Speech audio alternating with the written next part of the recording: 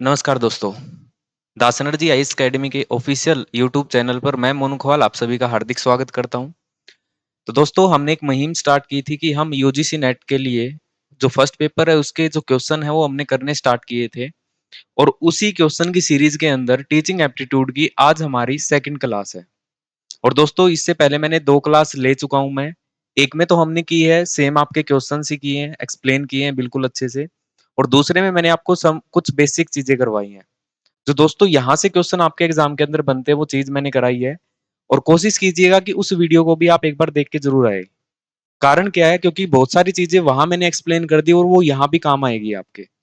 तो यहाँ डिस्क्रिप्शन में नीचे आपको लिंक मिल जाएगा वीडियो का।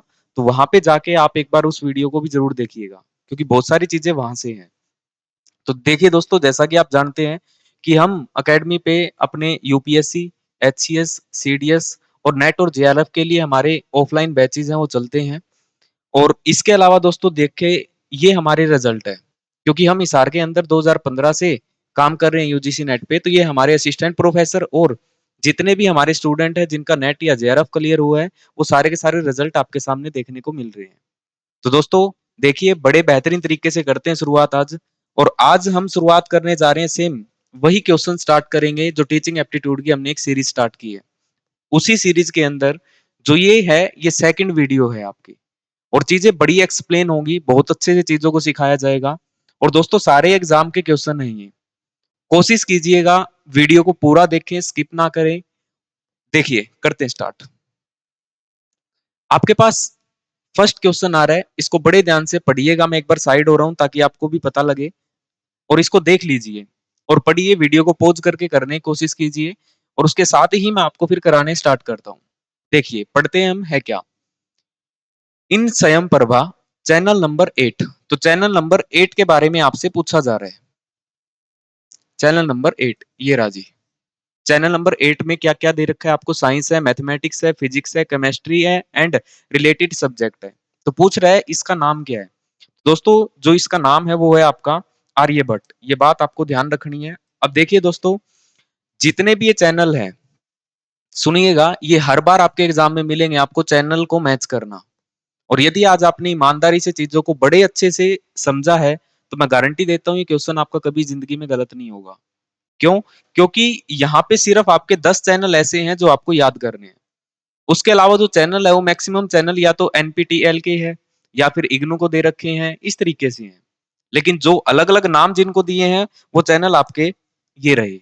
तो आपके 10 चैनल है जो मैंने सामने ही लिखे हुए हैं।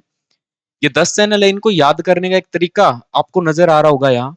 बड़े ध्यान से इस तरीके को पढ़िएगा, सुनिएगा और एक दो बार मन मन में बोल के देखिएगा, चीजें आपकी अपने आप क्लियर होंगी। विगेश संस्कृति पर बोझ था। विगेश ये रहा, संस्कृति पर बोझ था। देखिए दोस्तों विगेश ये रहा, संस्कृति पर बोझ। बोझ को क्या लिखेंगे? प्रबोध है वो, लेकिन क्या था ये? प्रबोझ था। अगली बात देखिए, शाश्वत ने प्रबंधन किया। तो शाश्वत ने क्या किया? प्रबंधन किया। विधि करवाई। तो विधि ये रही और करवाई का है कौटिल्य। तो विधि करवाई। और आर्यभट्ट को संपंदन किया। आर्यभट्ट को संपंदन किया और क्या की? दीक्षा दी। तो बात दोस्तों मेरे हिसाब से आपको ये समझ में आई होगी। दोबारा देखिए, विगेश संस्कृति पर बोझ था। सब सरस्वती ने प्रबंधन करवाया, विधि करवाई, आर्यभट्ट को संपंदन किया और दक्षिणा दी।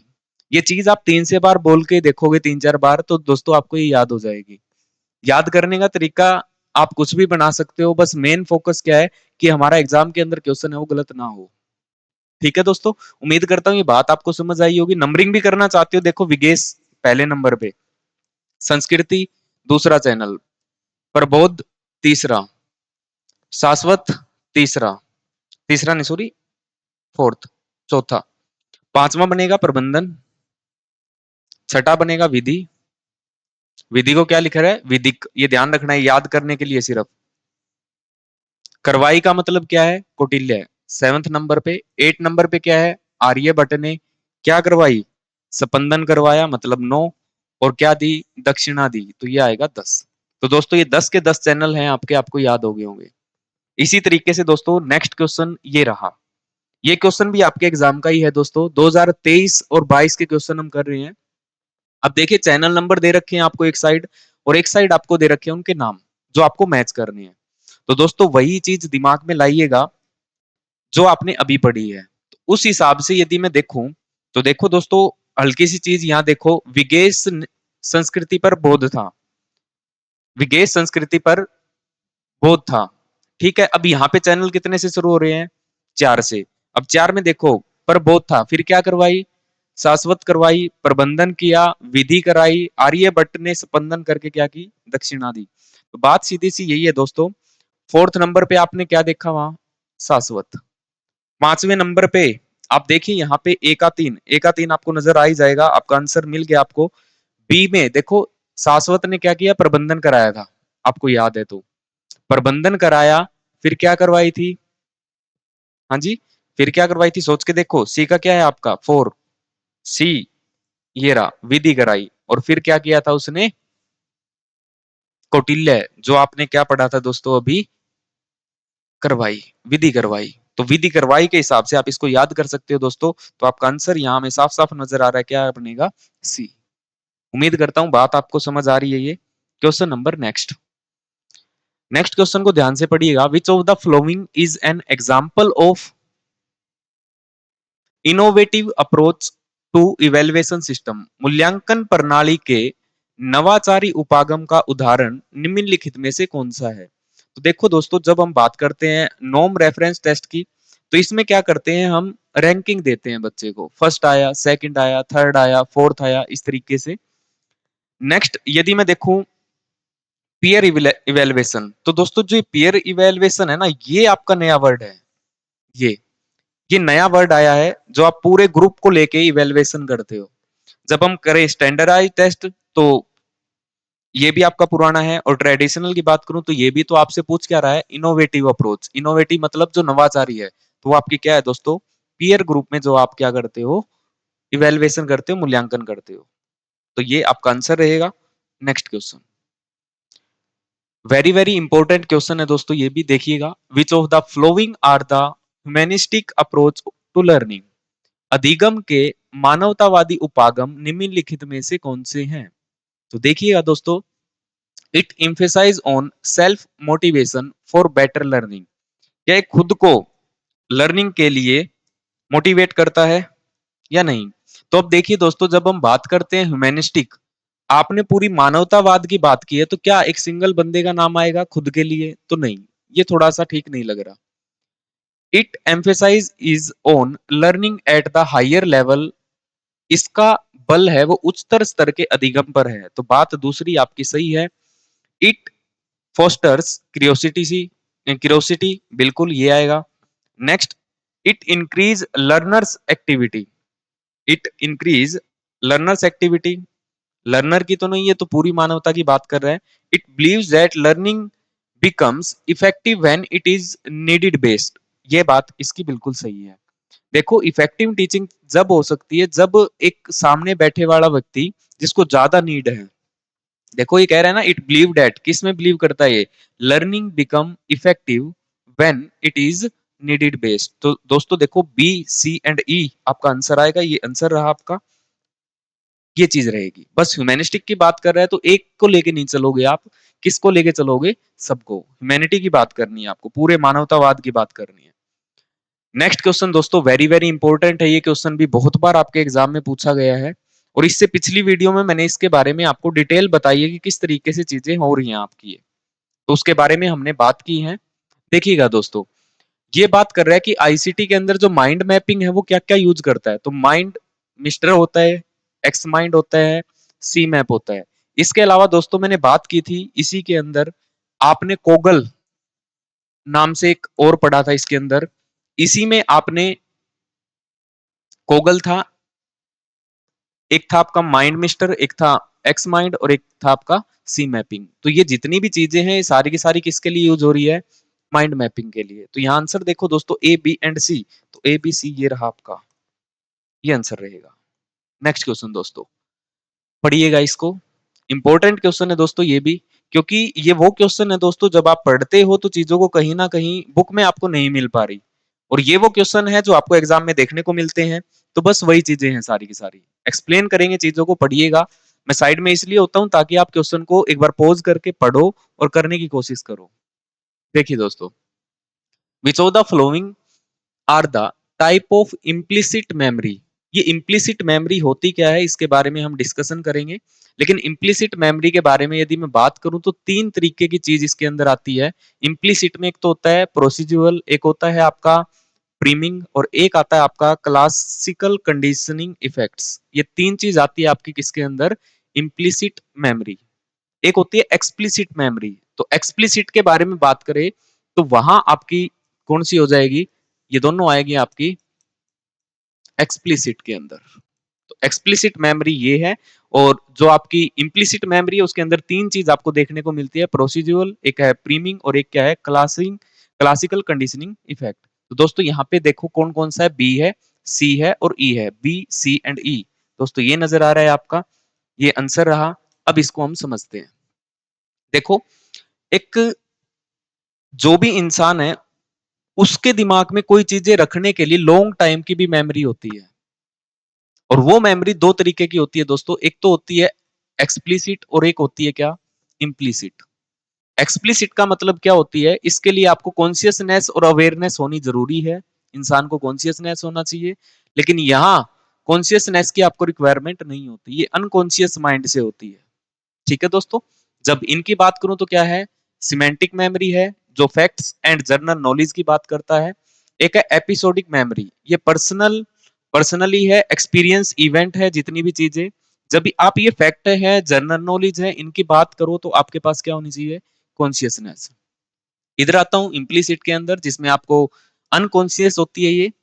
इसमें क्या क्या है, प्रोसीजरल मेमोरी जिसके अंदर motor skill and cognitive skill आएंगी। नेक्स्ट है प्रीमिंग, इसके अंदर क्या होती है, identification of the object and words. और लास्ट है आपका लर्निंग थ्रू क्लासिकल कंडीशनिंग। तो ये दोस्तों आपको ध्यान रखनी है, क्योंकि ये चीज है आपकी बुक में नहीं मिलती है आपको। तो बस ध्यान रखना है, एक तो एक्सप्लिसिट मेमोरी होती है और एक क्या होती है दोस्तों आपकी इम्प्लिसिट। एक्सप्लिसिट में क्या होता है, जो चीजें हैं वो आपकी कॉन्शियस माइंड से होती है, और इधर अनकॉन्शियस माइंड।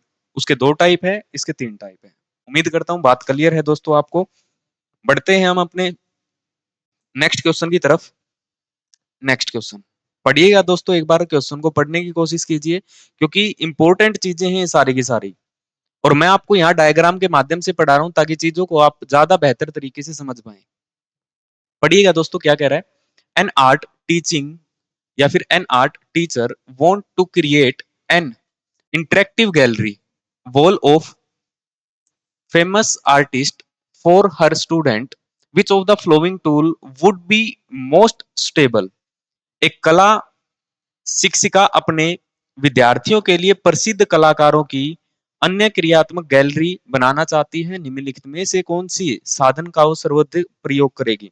तो दोस्तों जब एक टीचर एक बच्चे के दिमाग में एक इमेज क्रिएट करने की चीजें देखती है तो उसके लिए किस तरीके से काम करोगे। अब आप एक चीज बताओ दोस्तों, मैं आपको पढ़ाना चाहता हूँ और मैं चाहता हूं उसकी एक इमेज और एक वॉल आपके दिमाग में बना दूं, तो आप किस तरीके से करोगे। तो आप कहोगे सर उसके लिए हमें टीचिंग एड्स यूज करने पड़ेंगे, ज्यादा से ज्यादा हमें पिक्स दिखाई जाए ताकि हमारे दिमाग में वो चीजें बिल्कुल छप जाए। तो दोस्तों ऐसी की सारी चीजें हैं वो किसमें होती है, पैडलेट में होती है। पैडलेट एक ऐसा सॉफ्टवेयर है जिसके माध्यम से एक टीचर क्या करता है, वीडियो बना सकता है, फोटो दे सकता है बच्चों को। इसके अलावा कोई भी पीडीएफ फाइल है, कोई भी इमेज है, हर टाइप की चीजें इसमें कर सकता है। तो दोस्तों यहाँ आपका आंसर रहेगा क्या, पैडलेट। अब सबके बारे में देखते हैं जो आपने वहां पे ऑप्शन में देखे हैं। तो पहला आपने देखा है स्क्रीन कास्टमेटिक। ये क्या होता है दोस्तों, ये जो है आपका, ये होता है देखो free fast free screen recording. तो ये सिर्फ क्या करता है, स्क्रीन रिकॉर्डिंग करता है, वीडियो बनाता है। नेक्स्ट, यदि हम इसकी बात करें एड पजल की, तो यहाँ पे भी आपको वीडियोस नजर आ रही होंगी। लेकिन पैडलेट की बात करूं तो ये क्या करता है, पैडलेट फॉर शेयरिंग, क्या जितनी भी चीज आपको यहाँ नजर आ रही है, और ये क्या बनाता है, एक वॉल लेआउट बना देता है इनके बीच। चाहे वो न्यूज है दोस्तों, न्यूज शेयर कर सकते हो आप, कोई भी ड्राइंग शेयर कर सकते हो बच्चों के साथ, आप किसी भी प्रकार की वीडियो यहाँ शेयर कर सकते हो। तो ये सारी की सारी चीजें हैं वो इफेक्टिव लर्निंग की तरफ जाती है, और बच्चों को ज्यादा याद रहे, काफी टाइम तक याद रहे, तो उसके लिए आप दोस्तों क्या करोगे, यहाँ पे पैडलेट का यूज करते हो। उम्मीद करता हूं बात आपकी क्लियर है। ये बढ़ते हैं हम आगे, क्वेश्चन को पढ़िए, वीडियो को पॉज करके आगे बढ़ते हैं। फिर हम उम्मीद करता हूं पढ़ लिया होगा आपने, और एक बार कोशिश किया करो दोस्तों, और लास्ट में आपको ये देखना है कि हमारे इतने क्वेश्चन सही हुए हैं। ठीक है, देखिए पढ़िए इस क्वेश्चन को। If the mobile number of your friend changes and you often continue to dial his former number, मतलब जो आपका प्रीवियस नंबर है आप उसको बार बार कॉल कर रहे हो, इट्स एन एग्जाम्पल ऑफ, यदि आप आपके मित्र को मोबाइल नंबर बदल जाता है और आप अक्सर पुराने मोबाइल नंबर पर ही बार बार फोन करते हो, तो ये दोस्तों ये किसका उदाहरण है? दोस्तों कल मैंने एक वीडियो करवाई है आपको, टीचिंग एप्टीट्यूड, जिसके अंदर ऑब्जेक्टिव है, मीनिंग है, वो सारी चीज कराई है। तो दोस्तों उसके अंदर ही मैंने ये बात आपको बहुत अच्छे से पढ़ाई है। एक टीचर जब पढ़ाता है तो उसके 3 इफेक्ट बच्चे पे नजर आते हैं। कैसा? पॉजिटिव। पॉजिटिव का मतलब क्या है कि जो मैंने पढ़ाया है, मान लो जो मैं पीछे स्कूल में पढ़ के आया हूँ, आज मेरे को वो काम आ रहा है, वो मेरे को आगे हेल्प कर रहा है। दोस्तों वो कैसी होती है? तो दोस्तों वो होती है पॉजिटिव। ठीक है, लेकिन जब मैं कोई चीज पढ़ के आया हूं पीछे से और आज मेरे को पढ़ने में दुविधा क्रिएट कर रही है, कल मैंने एग्जाम्पल भी दिया था उसमें कि नेगेटिव इफेक्ट कैसे पड़ता है, कि जब मैंने इंडिया के अंदर गाड़ी चलानी सीख ली और अब मैं चाहता हूं कि कनाडा के अंदर मेरे को गाड़ी चलानी है, मेरे को ड्राइविंग करनी है, तो दोस्तों वो मेरे आगे क्या क्रिएट कर रही है? प्रॉब्लम, हिंडर क्रिएट कर रही है। तो प्रॉब्लम क्रिएट कर रही है तो कैसा इफेक्ट डाल रही है? नेगेटिव। और जीरो की जब हम बात करें तो जीरो में कोई प्रभाव नहीं डालती, और जब बायलिटरल की बात करूं तो दोनों तरफ आपको पॉजिटिव नेगेटिव इफेक्ट देखने को मिलते हैं। अब दोस्तों इस क्वेश्चन को ध्यान से पढ़िए, ये साफ साफ कह रहा है कि एक आपके फ्रेंड ने नंबर है वो चेंज कर लिया, लेकिन आप पुराने फोन पे बार बार उसके फोन किए जा रहे हो और फोन नहीं मिल पा रहा, तो ये किस तरीके को, इनमें से कौन सा है? तो दोस्तों देखो, जो हिंडर क्रिएट करे, जो प्रॉब्लम क्रिएट करे, तो वो किसमें होता है दोस्तों? तो आप साफ साफ कहोगे किसमें होगा? Negative transfer of learning. Is that clear? Next answer रहेगा नेगेटिव। आगे बढ़िएगा दोस्तों, वेरी वेरी इंपॉर्टेंट क्वेश्चन है दोस्तों, पढ़िए, वीडियो को पॉज कीजिए, एक बार देखिएगा ध्यान से, और देखने के बाद फिर इस क्वेश्चन को करने की कोशिश कीजिए। लो जी, एक बार साइड हो रहा हूं मैं, एक बार फटाफट देखिएगा। चलिए देखते हैं, विच of the following factors influence the effectiveness of sport material, सहायक सामग्री की प्रभाविता को प्रभावित करने वाले कारक निम्नलिखित में से कौन कौन से हैं? तो देखो, जो भी आप कोई भी मटेरियल यूज कर रहे हो तो उसमें क्या क्या होना चाहिए? सीधी सी बात है, पहली देखो क्लियरिटी एंड कॉम्प्रिहेंसिबिलिटी, स्पष्टता और व्यापकता होनी चाहिए, तो आप कहोगे सर बिल्कुल होनी चाहिए। नेक्स्ट, अगली चीज देखो, क्वांटिटी ऑफ मटेरियल, क्या क्वांटिटी ऑफ मटेरियल मैटर करती है? नहीं। क्वांटिटी ज्यादा हो कम हो, लेकिन कितनी भी हो वो क्या होनी चाहिए? Clear and comprehensibility. तो मतलब ये तो आपका नहीं आएगा। Appropriateness for the learners age and level, बिल्कुल अधिगमकर्ता की आयु एवं स्तर के लिए उपयुक्त है, बात बिल्कुल सही है। कैसे? देखो, एक चीज होती है, एक टाइम के बाद चीजें आपको समझ आना शुरू हो जाती है ना?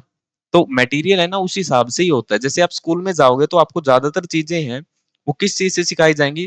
टीचिंग एड्स के द्वारा। जैसे आप हायर एजुकेशन में जाओगे तो आपको चीजें और तरीके से कनेक्ट करके सिखाएंगे। ये सारा कारण किस चीज का है?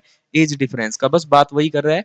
तो दूसरा भी ये सी आपका सही रहेगा। लास्ट वाला देखते हैं दोस्तों, relevance to the learning objective, बिल्कुल सही है, उद्देश्य होने चाहिए उसके। तो यहाँ पे आंसर आपका क्या बन रहा है? ए, सी एंड डी, तो आंसर बनेगा बी। डन दोस्तों। Next, next question. अब देखिएगा दोस्तों, ये क्वेश्चन है, इसको आप आराम से पढ़िएगा एक बार, और पढ़ने के बाद सोचिएगा अच्छे से इसके बारे में। मैं साइड में हो रहा हूं, इसको एक बार पॉज कीजिए, देखिए क्वेश्चन को, पढ़िए, और अपना आंसर मार्क करना है आपको। चलिए करता हूं स्टार्ट, है क्या? Which of the following which of the following are the way to increase motivational climate in the class, कक्षा के अंदर प्रेरणात्मक वातावरण में अभिवृद्धि के लिए आप क्या क्या उपाय करोगे? ठीक है बात। क्लासरूम का आपको जो इन्वायरमेंट है उसको मोटिवेशनल बनाना है, क्या क्या चीज आप करोगे क्लास के अंदर? देखिएगा दोस्तों, use a variety of instructional strategy to maintain student interest, विद्यार्थियों की अभिरुचि बनाए रखने के लिए निर्देशात्मक रणनीति के विभिन्न प्रकारों का प्रयोग करना, बिल्कुल। आप एक बात बताओ, मैं क्लास में पढ़ाने जा रहा हूं तो सबसे पहले आपको कुछ ना कुछ इंस्ट्रक्शन बच्चों को देनी पड़ेगी, वरना क्लास का अनर्थ हो जाएगा। कि आपको बच्चों को मैनेज सबसे पहले करना है, तो पहली चीज क्लासरूम का मेरे को इन्वायरमेंट अच्छा करना है, तो पहला काम आपका क्या रहेगा, आपको कुछ इंस्ट्रक्शंस है बच्चों को देनी पड़ेगी। नेक्स्ट, दूसरी बात, give student opportunity to share their experience and learning without each other. विद्यार्थियों के एक दूसरे के साथ अपने अनुभव एवं अधिगम के साझा करने के अवसर प्रदान करने चाहिए, बिल्कुल। इससे बच्चा क्या होता है, और ज्यादा एक्टिव हो जाता है, तो आपको ये भी करना चाहिए। नेक्स्ट, कक्षा में व्यंग या कटाक्ष और श्रेष्ठता प्रदर्शित करने की अनुमति देनी चाहिए, बिल्कुल नहीं, कटाक्ष कभी भी नहीं आने चाहिए, मतलब उसके अपोजिट काम कभी भी ना हो, ठीक है। और लास्ट क्या है, foresting class atmosphere which is based on the trust and cooperation, मतलब विश्वास एवं सहयोग पे आधारित कक्षा के वातावरण को प्रोत्साहित देना चाहिए, बिल्कुल। जो आपकी न्यू एजुकेशन पॉलिसी है वो यही बात तो कहती है कि आपको क्या करना है, कोलैबोरेटिव लर्निंग करवानी है बच्चे को, या फिर सेंट्रिक अप्रोच यहाँ पे यूज करनी है, बस वही बात है दोस्तों। देखिएगा, A B and D, A B and D दोस्तों, आंसर रहेगा आपका सी। आगे बढ़िएगा दोस्तों, देखिएगा क्वेश्चन, क्वेश्चन नंबर 11। लो जी, ये क्वेश्चन भी आपके एग्जाम में काफी बार आया है, इसको देखिएगा ध्यान से, रोकिए एक बार वीडियो को और देखिए, करने की कोशिश कीजिएगा। देखिए करते हैं हम इसको, है क्या ये, विच of the following is a benefit of using rubrics for evaluation. अब ये रूब्रिक्स क्या होती है दोस्तों, तो बस एक बात ध्यान रखनी है, चार्ट होता है जिसके माध्यम से आप सारी चीजें चेक करते हो। तो ये क्या करती है दोस्तों, ये आपकी इंक्रीज करती है सब्जेक्टिविटी दोस्तों। तो यहाँ पे नहीं नहीं, सब्जेक्टिविटी नहीं दोस्तों, ग्रेडिंग के लिए कर रहे हैं ना हम, क्या कर रहे हैं, इवेल्युएशन, तो इवेल्युएशन किसके लिए आएगा, इवेल्युएशन आता है आपका ग्रेडिंग के लिए। इंक्रीज कंसिस्टेंटली इन ग्रेडिंग, ग्रेडिंग में बढ़ती हुई सुसंगतता के बारे में बताता है, तो ये आपका आंसर रहेगा। कैसे होती है, देखिए रूब्रिक ये है। अब देखो, क्वालिटी ऑफ प्रेजेंटेशन, आपने कोई प्रेजेंटेशन दी है उसके बारे में आपको रूब्रिक्स है वो तैयार करना है, तो यहाँ देखो एक चार्ट बना हुआ है, उसमें कंप्लीट चीज लिखी होगी, या नाम आएगा बच्चे का, यहाँ सब्जेक्ट आएगा, या डेट आएगी, यहाँ पे कोर्स आएगा। अब देखो क्वालिटी ऑफ प्रेजेंटेशन, क्वालिटी कैसी रही उसकी प्रेजेंटेशन की, अच्छी थी, बुरी थी, या बहुत अच्छी थी, क्वालिटी की बात कर रहा है, तो क्वालिटी आप देखिए दोस्तों, our presentation was not well organised and there were many incomplete details, तो मतलब देखो ये उसकी बात बता रहा है, यहाँ उसकी अलग चीज बताएगा, यहाँ अलग चीज, यहाँ अलग चीज, मतलब क्वालिटी ऑफ को इसको चार भाग में डिवाइड कर दिया इसने।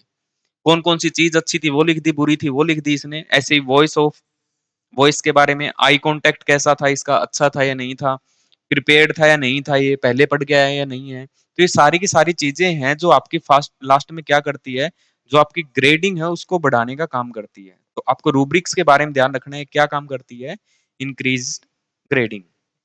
नेक्स्ट दोस्तों, नेक्स्ट क्वेश्चन को पढ़िएगा ध्यान से, क्वेश्चन इंपॉर्टेंट है दोस्तों, एक बार पढ़िए इसको और देखते हैं फिर। माइंड मैपिंग को लेके क्वेश्चन है दोस्तों। अब माइंड मैपिंग का क्वेश्चन है वो एग्जाम में आपको देखने को मिलेगा। अभी आपने माइंड मैपिंग की यू वो देखी थी, क्या नाम है उसका, कि हमने माइंड मैपिंग सॉफ्टवेयर देखे थे ना, तो यहाँ पे क्या माइंड मैपिंग के बारे में हमें हल्का सा पता होना चाहिए। Built around a central topic, केंद्रीय विषयों को निर्मित, बिल्कुल एक विषय है उसको आप केंद्र में यहाँ रखोगे। दूसरा, use of long sentences and paragraphs to explain the content, विषय वस्तु को व्याख्याकित करने के लिए लंबे कथनों, नहीं, कथन लंबे नहीं होने चाहिए, क्योंकि हम बात किसकी कर रहे हैं, माइंड मैपिंग। माइंड मैपिंग का मतलब दिमाग आपका अच्छा काम करे, तो लंबे लंबी चीजों में थोड़ा ना करेगा, चीजें शॉर्ट होनी चाहिए ताकि बच्चे को समझ में आए और दिमाग में फिट हो।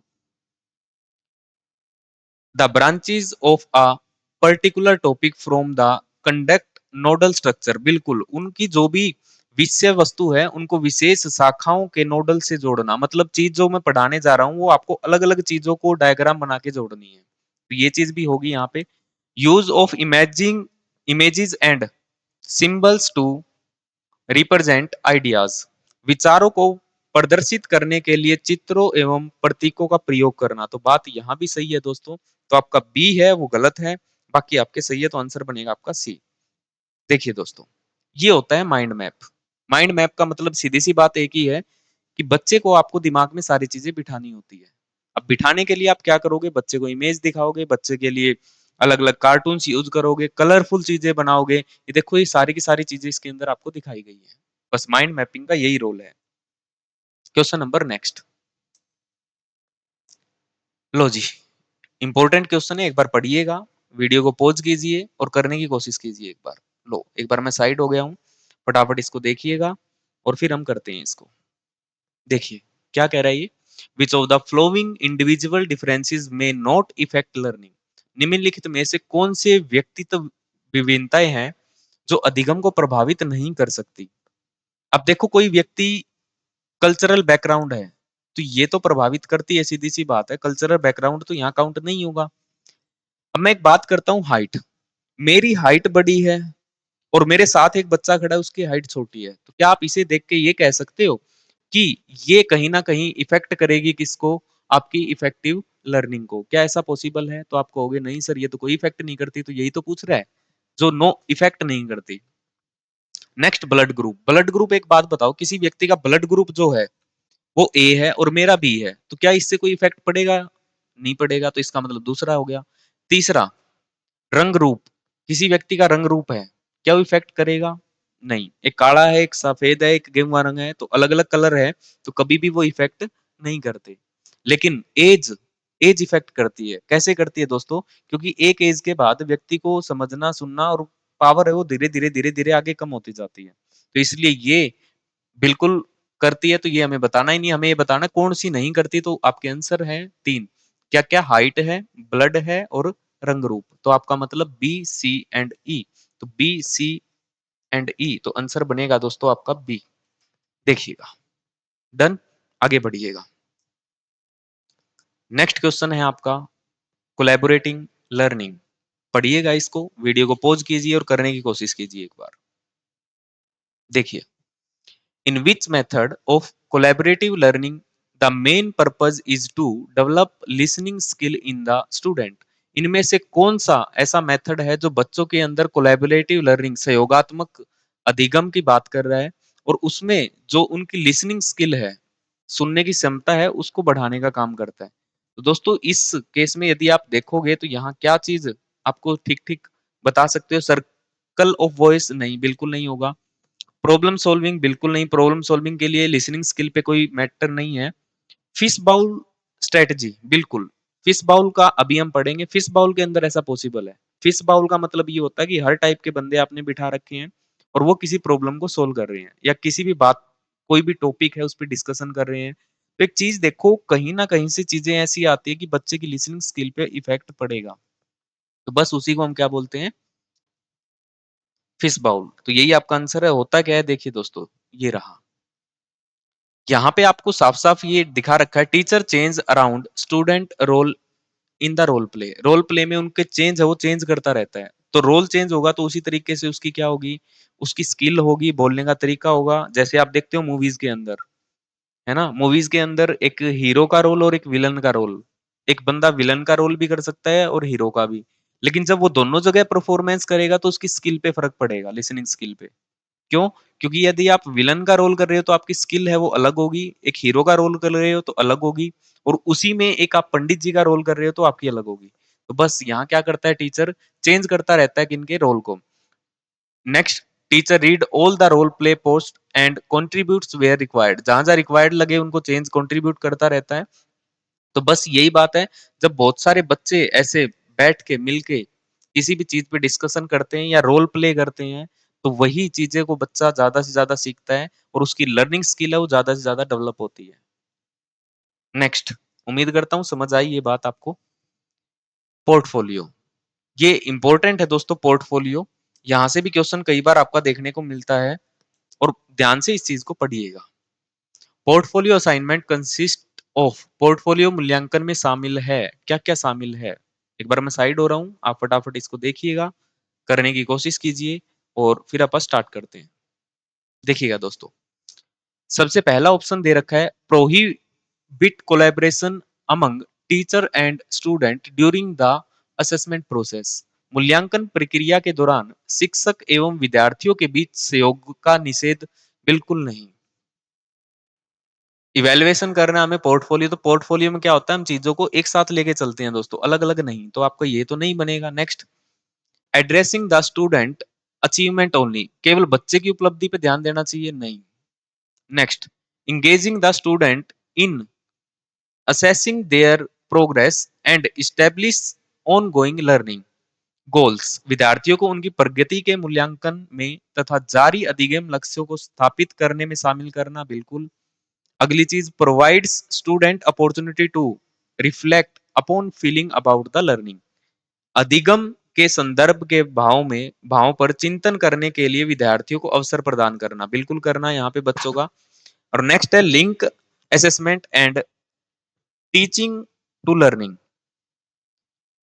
मूल्यांकन एवं शिक्षण का अधिगम से संबंध करना, बिल्कुल होता है। तो ये तीन चीज होंगी दोस्तों। तो यहाँ पे देखो आपका सी डी एंड ई कहाँ नजर आ रहा है आपको, ये रहा।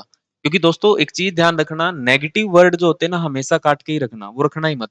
अब पहले में प्रोहिबिट दे रखा है, मतलब निषेध, निषेध वर्ड कहीं यूज ही नहीं करना हमें। जब हम बच्चे को पढ़ाने की बात कर रहे हैं तो निषेध का तो कोई मतलब ही नहीं बनता, काट दो वैसे ही। Addressing the structure of student achievement only, नहीं, अचीवमेंट पे थोड़े ना, उसका कंप्लीट डेवलपमेंट की हम बात करते हैं। ठीक है, तो आपका जो आंसर रहेगा सी। अब देखिए दोस्तों पोर्टफोलियो में क्या होता है, it gives the student the responsibility for their own learning. दूसरी चीज, it offers opportunity for students to documents reflection of the their learning. तो ये दोनों चीजें करती है, बात यही है, आपको बच्चे का कंप्लीट डेवलपमेंट देख के ही चलना है, उसके अलावा आपके दिमाग में कुछ नहीं लाना आपको। ठीक है दोस्तों, नेक्स्ट क्वेश्चन नंबर 16 पढ़िएगा दोस्तों, इंपॉर्टेंट क्वेश्चन है ये भी। मैं साइड में हूँ, साइड में इसलिए होता हूँ ताकि आप क्वेश्चन को एक बार पॉज करके पूरे को पढ़ पाओ। देखिए दोस्तों, पढ़ते हैं हम। स्टेटमेंट 1 और 2 आपको दी गई है और चेक करना है क्या ये सही है या नहीं है। According to Vygotsky, learning occurs through social interaction and collaboration. Vygotsky के अनुसार अधिगम है वो समाज में जो आप क्रियाएं करते हो उनके सहयोग के द्वारा घटित होती है। तो ये बात इसकी बिल्कुल सही है, क्योंकि वाइगोस्की है ये क्या है, एक ये सोशलिस्ट है जो बताता है कि बच्चे की जो लर्निंग अकर्स, या फिर आप ये कहो बच्चे की जो समझ है या बच्चा डेवलप करता है वो समाज में भी करता है। ये बात वाइगोस्की कहता है, तो इसलिए फर्स्ट आपका ठीक है। दूसरा, according to Vygotsky, scaffolding involves providing the student with all the answer and solution of the problem. तो all the answer of solution नहीं है। स्काफोल्डिंग के बारे में क्या बात बताई थी कि टीचर सिर्फ बच्चे की हेल्प करता है किस चीज में, जहां उसको दिक्कत आती है। तो बात ये आपको ध्यान रखनी है दोस्तों। दूसरा आपका गलत है, पहला सही है। तो देखिएगा इसमें कौन सा, पहला करेक्ट है बट सेकंड है वो इनकरेक्ट है। पहला सही है लेकिन दूसरा गलत है, तो आपका आंसर यहाँ सी बनेगा दोस्तों, सी। क्लियर दोस्तों। अब ये कहोगे सर स्काफ फोल्डिंग कब की है, तो स्काफ फोल्डिंग हमने लास्ट जो क्लास की थी उसके अंदर स्काफ फोल्डिंग मैंने बहुत अच्छे से आपको एक्सप्लेन की है।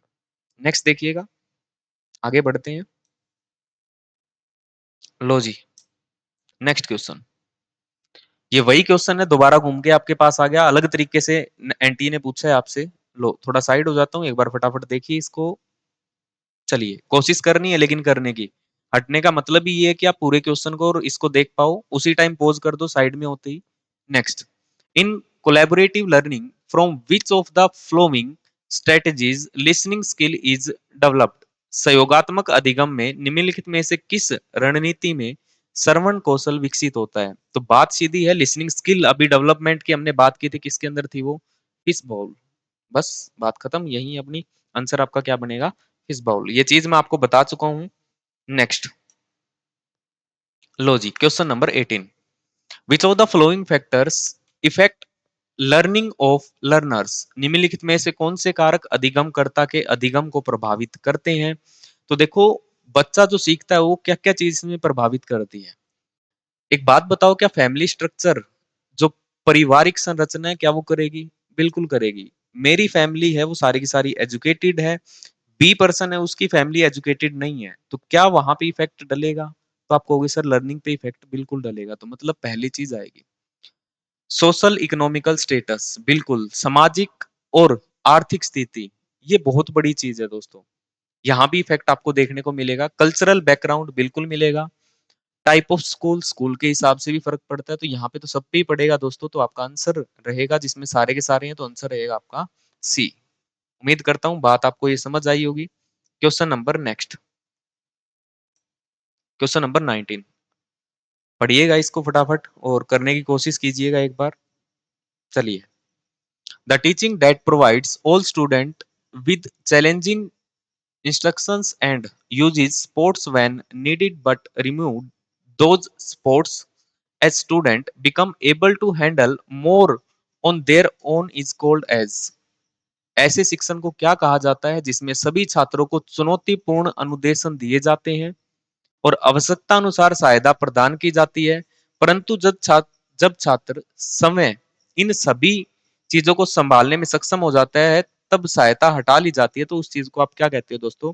एक्टिव टीचिंग बिल्कुल नहीं होती, इसके बाद रिसीविंग टीचिंग बिल्कुल नहीं होती, प्रॉब्लम ओरिएंटेड बिल्कुल नहीं होती, तो ये आपकी होती है एडेप्टिव टीचिंग। एडेप्टिव टीचिंग का मतलब क्या होता है दोस्तों? कि एक टीचर हमें हेल्प प्रोवाइड करवा रहा है जब तक हमें प्रॉब्लम आ रही है, जैसे ही प्रॉब्लम हमारी कंप्लीट हट गई है तो उसी तरीके से अपना क्या करता है, सपोर्ट है वो वापस कर देता है। ठीक है दोस्तों, इसी के साथ हमारा नेक्स्ट क्वेश्चन है, आंसर रहेगा आपका सी। नेक्स्ट, ये आपका क्वेश्चन है, फटाफट इसको पढ़िएगा, फिर हम इस पे बात करते हैं। फटाफट पढ़िए, देखिएगा। स्टेटमेंट 1 एंड 2 है, दोनों के बारे में हमें जानना है क्या कहना चाह रहा है ये। Metacognitive, metacognitive is the understanding about one's own use of language. जो अभिसंज्ञान है, मेटाकोग्निटिव है, अपने ही भाषा का प्रयोग की समझ है, बिल्कुल नहीं है ऐसा। Next, mnemonics is the knowledge about our own thinking process. Mnemonics क्या होते हैं दोस्तों? जब हमें कोई चीज याद नहीं होती या फिर हम किसी चीजों को जैसे बोलते हैं उसकी शॉर्ट फॉर्म बना लेते हैं।